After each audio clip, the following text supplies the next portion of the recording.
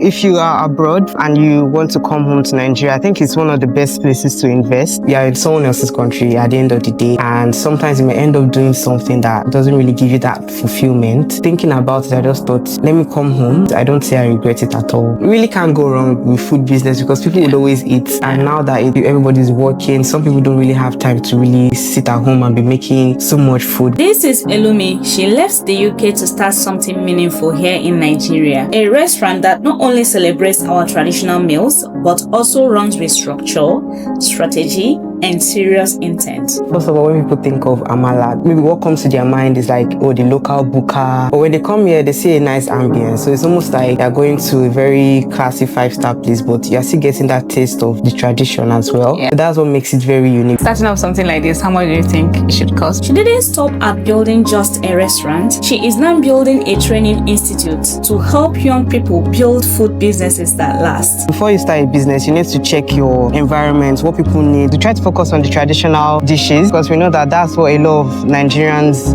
they can connect with and they would always like to eat on a daily basis. On this episode of The Legacy Level, we dive into her story, her challenges, and her vision of building something bigger than just a restaurant.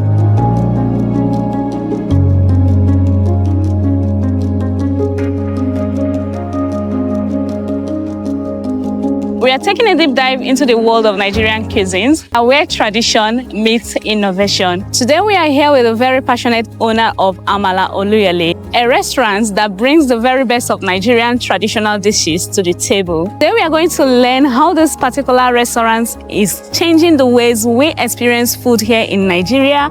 We are going to also learn a lot about owning and running a business like this in Nigeria. If you are yet to subscribe to the channel, please hit that subscription button, subscribe to the channel and become a part of this wonderful growing family. And when you do not forget to turn on the notification bell so you get notified anytime we upload any video. We are here with the co-owner of Amala, Oluyole, here in the city of Ibadan. Can we know your name? My name is Pelumi Ayeni, right. And like she said, I'm the co-owner of Amala, Oluyole. When I saw this restaurant, what actually caught my attention was the name, Amala Oluyole. It sounded so unique. So why the name? We were thinking of something that would stand out, that would, people would be able to, that is also catchy as well, and it's also a bit unique too. So we went through different names because of the area, the location. It's actually very close to Oluyole, or we'd say it's in Oluyole. So we thought, okay, let's call it Amala Oluyole, and and it just stuck, and everyone was like, oh, that's a very nice name. People confirmed it, and we're like, yeah,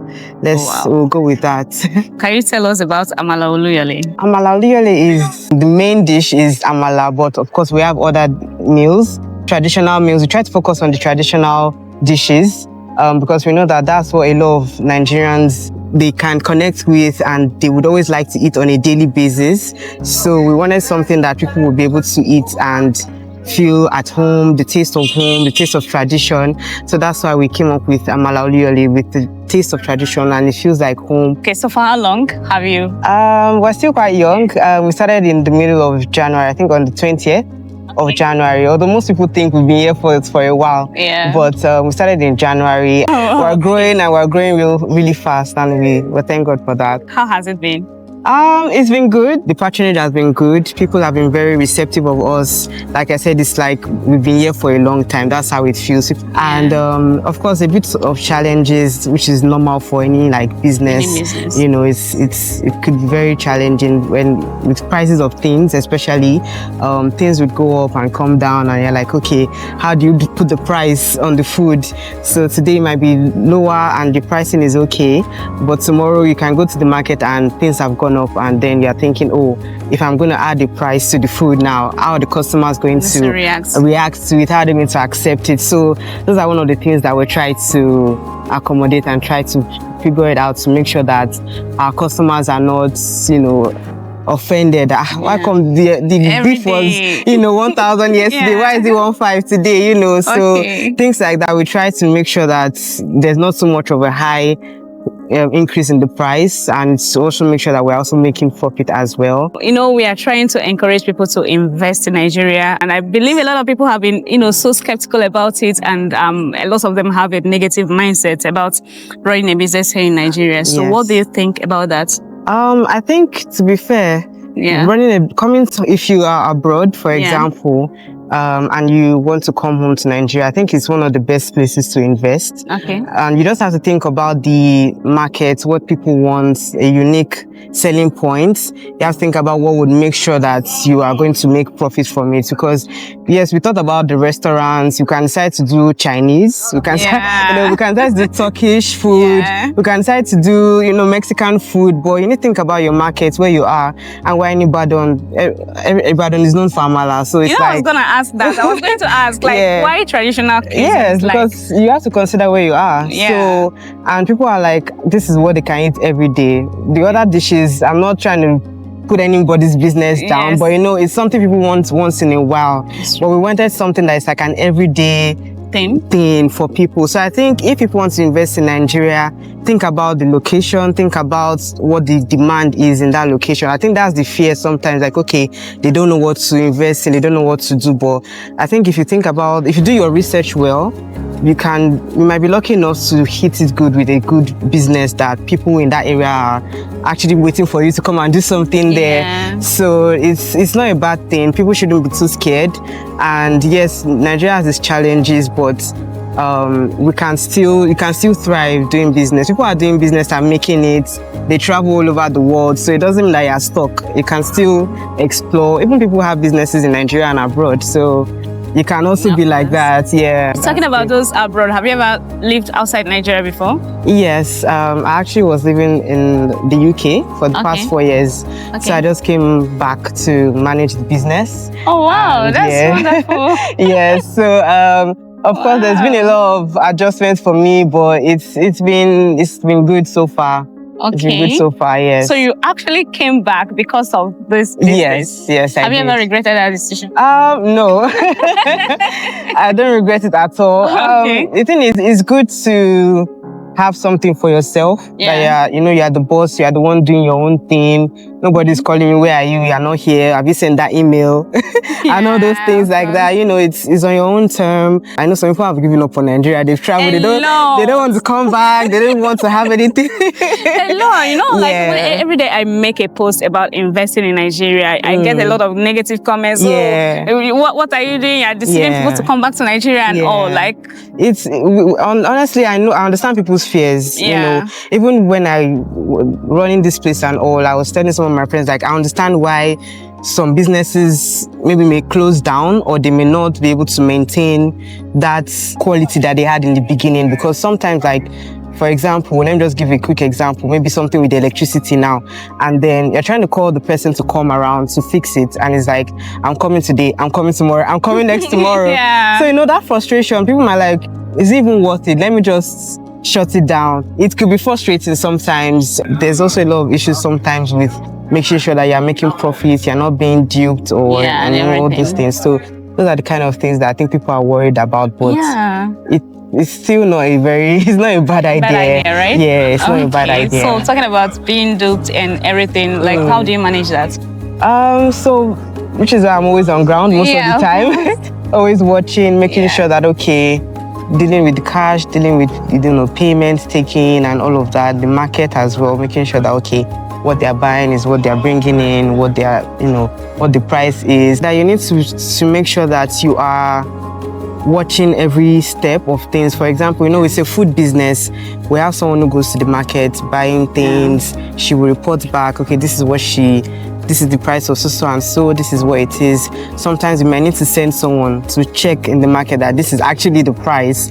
Because when people will come and say, I don't know the price of pepper, I might not go to the market for a long time to actually know the price. So if they tell me it's 60K for a basket, I would say, that's fine. If I look at the quantity, I'm like, it looks like 60K, but you may need someone independently to just go and check, and then just to make sure that, the cash, it's being monitored and all those things like that. So because we hear cases of staff creating their own bank details, asking customers to pay.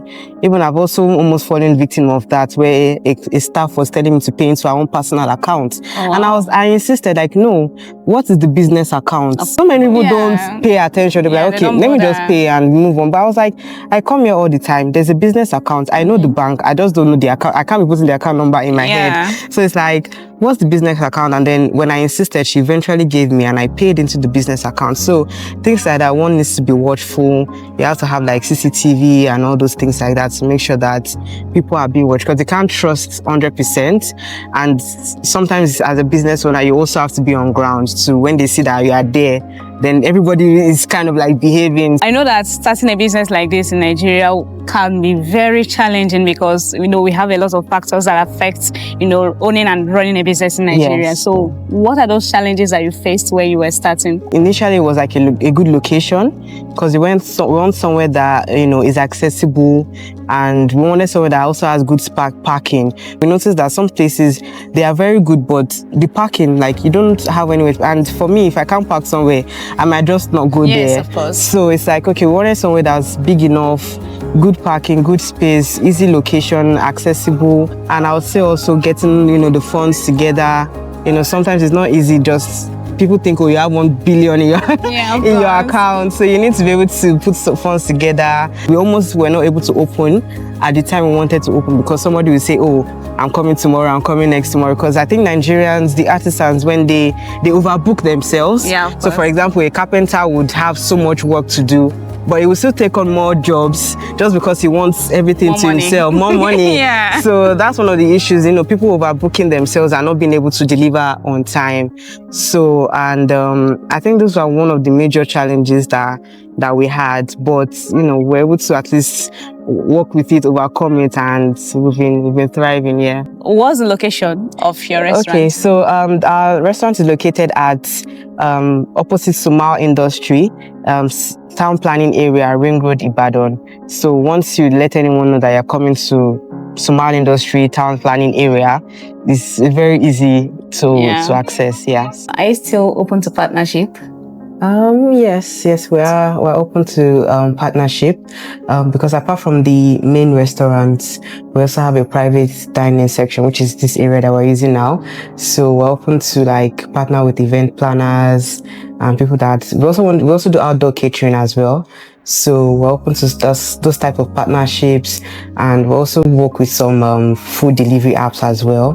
We partner with them so people can order online, get it delivered to their homes, comfortable for events, conferences, whatever it is. We're here to cater to every type of event. So yeah. All right. What about more investors? Well, I mean, investors too will not be bad. It won't be bad because, it will be good for us to have branches around.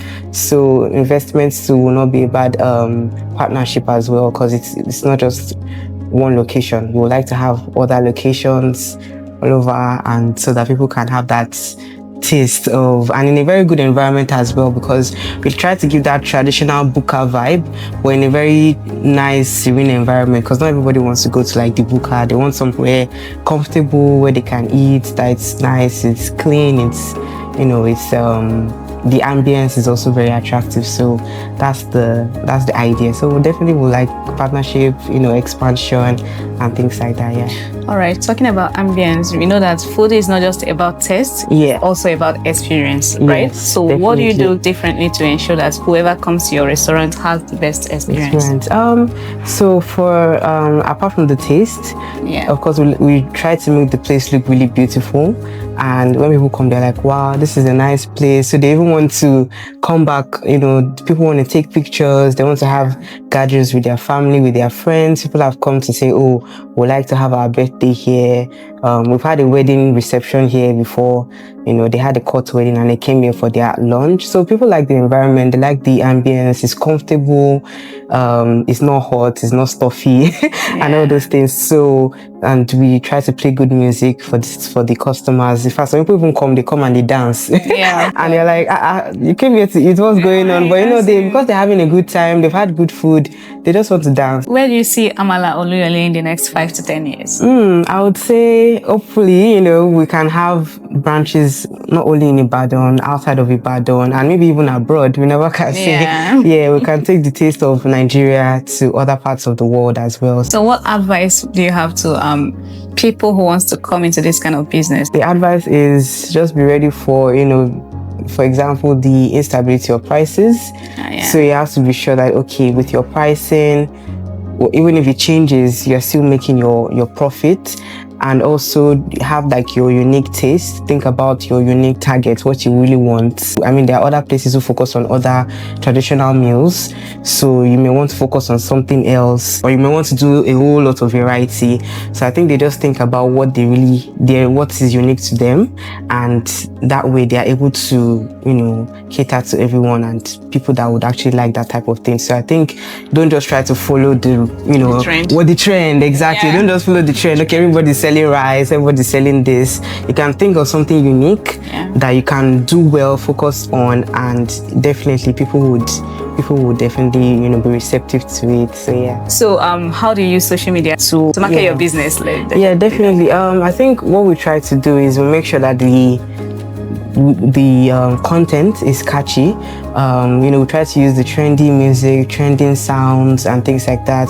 We also try to work with some popular you know, celebrities or influencers, so that we can also reach more people. And you know, sometimes people would post, so when people see that, they're like, oh, okay, this person went, my friend went there, I also want to go there. We know that if you're going to post it, we know it's because you had a good experience, and people will trust that kind of content. Even sometimes people trust that compared to an influencer or a celebrity, because they feel you've been paid. But if a random friend or person or relative posts something like, okay, if this person can do this, then I think I would like it as well. So we always encourage all those type of posts and contents. The Nigerian restaurant business, we know how competitive it is. So what makes you stand out? Like, why do you think people should choose your brand over others? Okay, I'll say what makes us stand out is, first of all, when people think of Amala, maybe what comes to their mind is like, oh, the local buka and all those things, right? You know, that cultural, okay, you go to the something, you know, they think of that vibe. But when they come here, they see a nice ambience. So it's almost like you're going to a very classy 5-star place, but you're still getting that taste of the tradition as well. Yeah. So that's what makes it very unique, because sometimes you may go to a classy restaurant, order Amala, but it doesn't taste like that buka local taste that you want it to be. So, and everything we do is very fresh. Our vegetables, everything, we buy them daily. Even the meat, it's a daily thing. Everything is fresh, it's not stale. You don't come here and it's yesterday's food we're giving you. So it's like very fresh, very healthy options, good environment. You're very comfortable. We also have the private section, so people come, they might want privacy with their group of friends, family. We're here for you as well. So we give them that VIP treatment when they book the private section. So I don't think I've really seen anywhere like this. So so definitely it stands out on it. So talking about taste, you said your taste is always unique. Yeah. What do you do to ensure that you have the same taste like throughout? Because I've gone to a lot of restaurants, a lot of eateries, then I eat today, come back next time, and then I taste the food, it tastes different. Right? So what do you do? So with that, we've definitely had a bit of that challenge. I will not, you know, I won't be dishonest about that. But we try to make sure that we have a unique recipe, so that even if it's a different cook, you know, doing this particular dish or meal, but it still has to taste the same, still has to taste good. So we make sure that everybody's using the same recipe, process, and all of that, so that even if somebody is on their off or on leave, the food is still, you know, is still on point. It's still the standard quality that it's supposed to have. So definitely, I know a lot of restaurants have that challenge as well, which is also what we're also working on. I won't say it's very perfect, but we try to make sure that the process and the recipe is the same, so that even when one person is not available or whatever it is, it stays the same. So that's what we try to do. Cooks. Yes, we have, because of the capacity. So we have more than one person. Someone might cover certain soups, certain rice, you know, all those things, the swallow. We have varieties, so we need a lot of people on ground. So sometimes one person may need to assist, and we make sure that it's the same process that is being carried out, so that uniqueness can always continue. And on demand, we do like the ECO. Is there anything like customer feedback, and how do you handle that, if any? Yes, we do have customer feedback. Some people might send us a DM on Instagram or WhatsApp message, or some people drop reviews on Google. I would say, like every restaurant business, there's the good and there's the bad. So we take everything with all, like, grace and okay, what can we work on? What can we improve on? Okay, this was this customer's experience today. What was our own, impact, and what can we improve on that? Because sometimes we can't, not every day is perfect. Maybe one day the person came and something was a bit off. So we're like, okay, no, we can't let this happen again. So we make sure that everything is always on point so that at least when people come, they have good things to say. But I think it's been mostly good reviews and we're really grateful for that. Let's say I want to order food. I want to have some, real taste of Amala. Yeah. And I don't feel like coming here. Is it only through your DMs on Instagram or is there any other place? So apart from Instagram or WhatsApp, we're partnering with someone in the app like Chowdeck. Okay. So it's a very popular delivery app where people order food as well. And we just recently partnered with Glovo as well, so people can also order on Glovo. We're still working on some other food apps which we would publicize once that finalized. Okay. So and if you order on Instagram too, we have our dispatch riders who go and deliver as well, and we try to make it as quick as possible. Please, I'm so curious. Why did you leave UK to come back to Nigeria to start a business? Yes. Yeah. Out of curiosity, I want to know that. So I mean, I already thought about like coming home to do something because it's more of like a family, we've always done food business even before this establishment. So it was more of like, okay, weighing the pros and the cons, like what makes me more happy and more comfortable. And, over there, it's a lot of, in someone else's country, at the end of the day, it's a lot of challenges, having to stay back. What do you need to do? Jobs. Okay, what opportunities are there for you? And sometimes you may end up doing something that doesn't really give you that fulfillment. So thinking about it, I just thought, you know what, I think let me come home, let me see how it is. And if it's going well, if I like it, I'll stay, or if I will need to go back again or whatever it is. But so far so good. It's been going well. Because at the end of the day, it's your business. You need to be on ground. You need to see how it's going. Nobody should be calling you and saying, oh, this and this. And because it's a new establishment, it's very important for somebody to be on ground. And sometimes you hear people say they've been sending money home for something, and when they come back, it's like nothing was done. So it's like, I just thought, okay, let me just come back home and make sure that it's done properly and it's managed well. And obviously, it's my own thing. It's more comfortable. It gives me more joy to do, compared to like working for someone and having to, the whole hustle and it's just a whole lot. Yeah, it's just a whole lot. But it's been really good so far. I don't say I regret it at all. Why did you choose food? Why not any other business? You really can't go wrong with food business because people would always eat. You have to survive and all of that. So people would always buy food. And now that it's a very busy time, everybody's working. Some people don't really have time to really sit at home and be making so much food. We even do soup bowls as well. So people order bowls, food that they can keep in the fridge. People like food. That's just it. People like food. So people would always buy, they would always eat, and you can't really go wrong with it, honestly. Although the food is not the only business we have. We also have a training school upstairs that we should open very soon. Yes. So we have that coming up as well. So because we want people to also acquire skills. A training school? Like training so we're going to focus on culinary arts, and healthcare, and also IT for people who want to do like tech and things like that. So those are the major 3 for now that we're focusing on. But obviously, under each category, we'll have different courses and different branches that people want to focus on. We have like this structure we can use here for the food and upstairs for the school. It's also a time where people are looking for how they can gain skills, improve on themselves. Even these people that want to travel as well, they want to gain skills. So that's also something we thought that is also in demand. So we thought let's also establish that as well. For people who want to also have their own restaurant business, they can also take a course as well. Yeah, that's beautiful. That's a great one. So did you train? Are you a chef? Do you cook? So the training I had was more or less the hospitality aspect of things. The business aspect of the business aspect of things, like the administration and also the events aspects. I did a placement in a hotel as well when I was in the UK. So I did trained with events, catering, and things like that. So not the cooking aspect, but I try my best. But the business part, the hospitality, customer service, and things like that is more or less my, strong point. And you were still able to pull this off even without being a chef? Yes.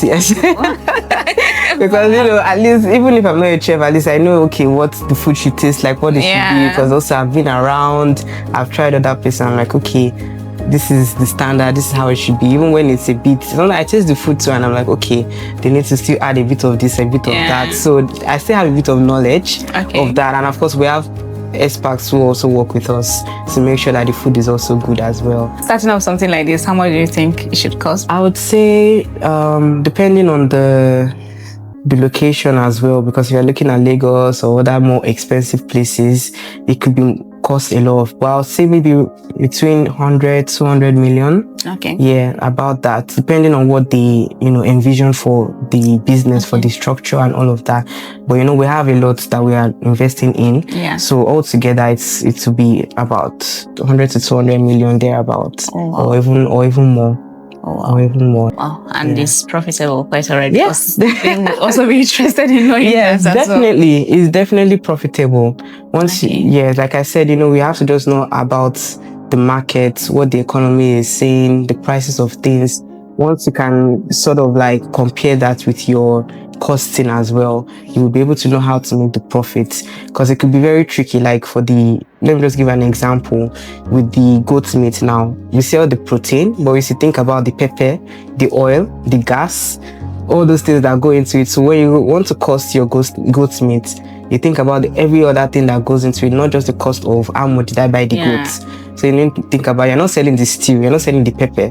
So all those things like that. And for example, the amala, the soup that comes with it, we don't sell that. So when you put a price on your amala, you're thinking, okay, the ewedu, the bakery, am I making profit? So things like that, you just need to compare and make sure that you're not shooting yourself in the leg. And the thing is, whatever the price is, if people are getting that quality and the standard, they will not complain. Of course. So that's just it. Is there any advice you have, let's say for the youths, Nigerian youths, or people that, people that, because I know that not everyone has the money to start this peak. Yes. Yeah, there are some people out there on the streets. We still try to consider them as well. So any advice for them? I would say the advice sometimes is very tricky to advise, because it's like, oh, yeah, talking from a place of, because so comfortable, exactly. But it's not. But I'll say consistency. Like whatever it is that you want to do, just be consistent at it, and just try to improve on yourself, get skills, learn wherever it is that you find yourself. Just make sure that you are getting the best out of the situation, and also network, talk to people. And if it's that you want to start a business, just think about it like, okay, what's the unique selling point? Do people in my environment, do they want something like this? Is this something that people would like? So all those things like that. But I think people should not just give up. Things will definitely get better. You just keep working. Everybody that is at some point today, they started from somewhere. So it's just keep going, keep doing what you need to do, keep working hard, and definitely the reward would come at some point. It will definitely come. So that's the only thing I can really say. And hopefully, whatever it is you can save up, gather, put together. If you could get investors, if you could take a loan, if you feel like your business is something that would be worth it, you can take a loan, start up, and then it will definitely make a whole lot of sense at the end of the day. Wow, that's so beautiful. So last advice for those who wants to start up something like this, like what should they watch out in terms of picking their cook and every other thing? So for example, picking the cooks, I would say obviously you need to do like it. You kind of say, someone might come and say, oh yes, I've done this, I've done that, but you need to make sure that they go through training. Also, you check out what they've been able to do. I mean, it's cooking, so it will speak for itself. Okay. So like practical tests. Practical tests, exactly. Practical tests. Okay. See the process that they use. Okay, is this something you want to adopt, or you want them to use your own process? So things like that, you look at that as well. Then, and you also think about, your market, where you want to be, the location, because it has to be a good location too, where people can easily access. Because it's food, people want it easy, quick, and they don't want to drive 100 hours unless it's very, very good. Maybe people don't mind, because we have people who come from long distance as well, but people want something that is easily accessible, and also make sure that it's available to people online. They can order and things like that. And just once the food is tasty, once the food tastes good, it will definitely even sell itself. It will definitely sell itself. So people I think the first thing is to make sure that the food is good. It's been such an educating and interesting, and I wouldn't even know, I'm looking for the words to use. Yeah, of course. Honestly, we've really learned a lot just by talking to you, and I want to say thank you very much for giving us your time and making out time to talk to us. Thank you so we much. Really do appreciate that. So you guys, if you are looking for somewhere to have a really nice food, okay, like if you want that traditional meal, and then you want the whole ambience and the innovation that comes with it, I believe this is the place for you to come. Amala Oluyole is the way. A huge thank you to the owner of Amala Oluyole for sharing their story with us, and they're taking us through their journey. So if you are ever craving the true taste of Nigeria, be sure to check out Amala Oluyole here in Ibadan to experience the richness of our culture through food. And to all aspiring entrepreneurs out there, always remember that success does not come easy, but with your passion, dedication, and the right mindset, anything is possible. Keep hustling and cooking up your dream. See you next time on the next episode